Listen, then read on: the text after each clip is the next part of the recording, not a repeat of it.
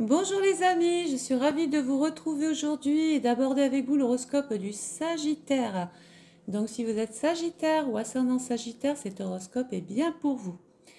Vous êtes né du 23 novembre au 21 décembre. Donc comme d'habitude, je vais séparer le Sagittaire en trois. Je vais diviser en trois. Pourquoi? Parce qu'il y a trois décans. Et en fonction de votre décan, il y a une planète qui vous appartient, qui fait de vous une personne différente par rapport à un autre Sagittaire.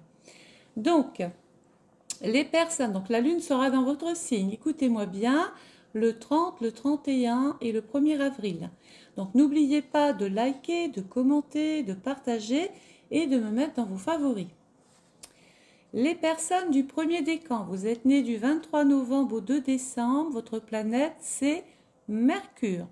Mercure, la pensée, la réflexion, votre mode de communication est très intéressant. On n'est pas étonné de voir des Sagittaires être très à l'aise dans tous les domaines où il faut parler. Le deuxième décan, les personnes qui sont nées du 3 décembre au 12 décembre. Alors, votre planète, votre luminaire, c'est la Lune.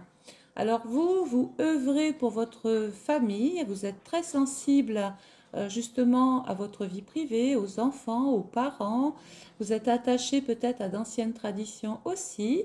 La Lune, c'est l'intuition, c'est aussi le mouvement et c'est un rapport aussi avec le public.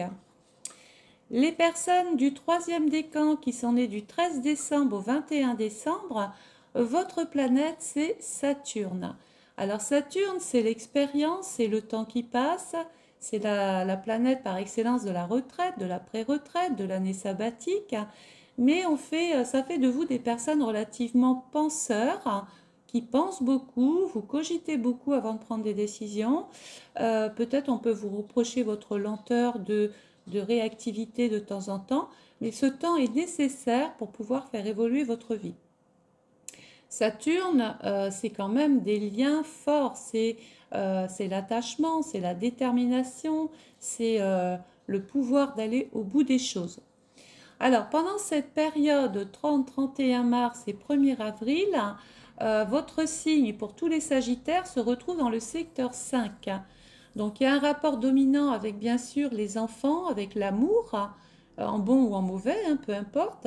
C'est aussi un moment extrêmement créatif, donc adonnez-vous à des loisirs qui vous font du bien, exploitez vos dons, vos compétences, vos qualités. Faites marcher un petit peu cette matière grise qui vous permet justement d'être un petit peu plus original. On est dans le monde de la créativité.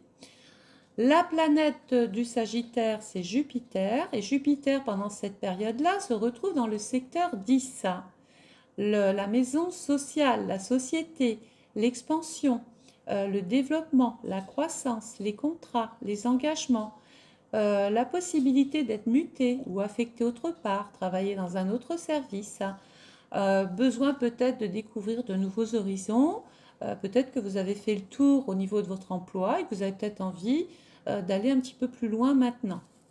Alors, on y va, j'ai le petit horoscope sous les yeux, côté amour. Alors, pour les amoureux, vos émotions sont probablement exacerbées par le retour de problèmes de longue date. Alors, quant aux célibataires, vous vous sentez vulnérable pendant ces périodes-là et doutez de votre capital séduction. Côté argent, alors faites attention à ne pas faire des collections comme ça de possessions sans intérêt. Il y a des choses peut-être dont il faudra se séparer. Ça sera un petit peu plus compliqué pour le deuxième décan qui a un attachement particulier aux choses. On n'est pas étonné de voir des deuxièmes décans garder les vieux objets de la grand-mère, de garder des vieux bibelots. Voilà, on essaye un petit peu de faire de la place.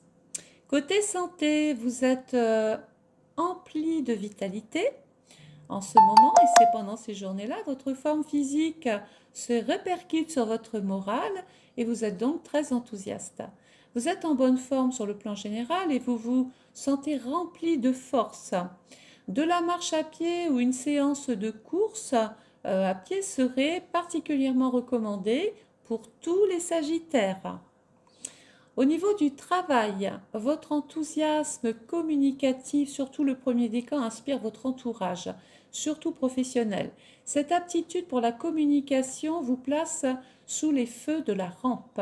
Au travail, vous réussissez à atteindre vos objectifs de secteur 10 et vous pouvez vous faire remarquer par vos supérieurs qui peuvent peut-être éventuellement vous proposer quelque chose de différent. C'est ce dont on a parlé tout à l'heure. Côté famille, la précision et l'organisation, je parlerai plus au troisième décan, vous sont très utiles pour orchestrer votre vie familiale. Que ce soit pour organiser les tâches ménagères ou pour épauler les plus jeunes dans leurs devoirs, voilà. On va donc plutôt miser sur la rigueur, hein, d'accord? La vie sociale, on vous sait franc et vous appréciez pour cela et vous êtes apprécié pour votre franchise, pardon. Mais attention à ne pas manquer de tact parce qu'on pourrait mal prendre certains propos. Sachez qu'en face, vous pourriez avoir des personnes susceptibles et il pourrait y avoir des disputes, des discordes, tout ça parce qu'on a mal dit quelque chose.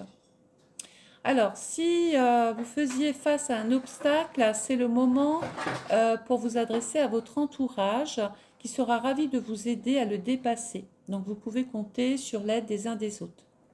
Sur le plan général, le 30, le 31 et le 1er avril, vous allez avoir un ascendant en cancer. Donc, on va plus penser au deuxième décan qui va beaucoup plus se trouver du plaisir dans son foyer, dans sa famille, passer du temps avec ses enfants, avec ses petits-enfants.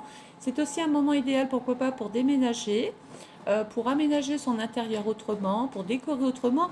N'oublions pas qu'on démarre avec la maison 5, la décoration, les couleurs, changez, mettez de la couleur dans votre vie. On va avoir une maison 4 en balance, c'est un bon moment pour régler des choses peut-être qui sont liées au passé. Ça peut être un litige, un conflit, un divorce, un contentieux, un problème avec votre propriétaire aussi. Il faut beaucoup plus œuvrer pour, dans la balance, œuvrer pour la conciliation, la négociation et l'arrangement. Il vaut mieux un bon arrangement qu'un mauvais procès. Vous allez avoir une maison 7 en Capricorne. On recherche dans les autres des liens solides, des liens concrets, des liens forts. D'ailleurs, votre entourage peut changer parce que vous vous êtes remis en question par rapport au comportement des uns, des autres. Et donc, il est possible de faire un gros nettoyage dans votre relationnel.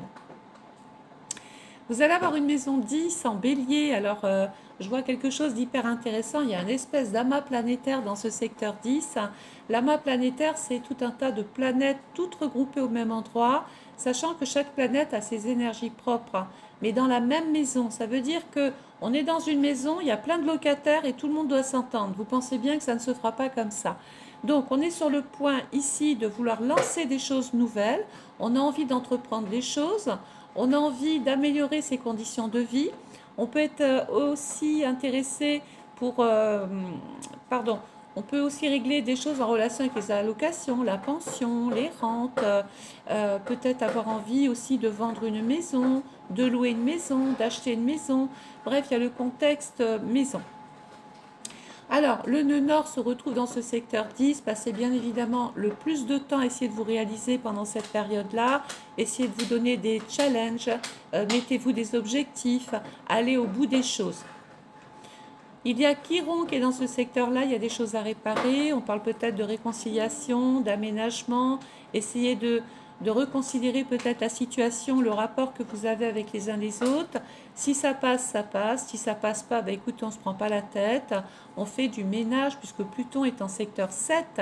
Pluton, c'est la mort de certains liens et le début d'autre chose. Mais entre le moment où on fait le ménage et le moment où on rencontre d'autres personnes, il y a une transition de vide, de solitude, de souffrance. On souffre à cause de l'autre. On souffre à cause des autres. Donc, on en a marre de souffrir et on a juste envie de vivre en paix.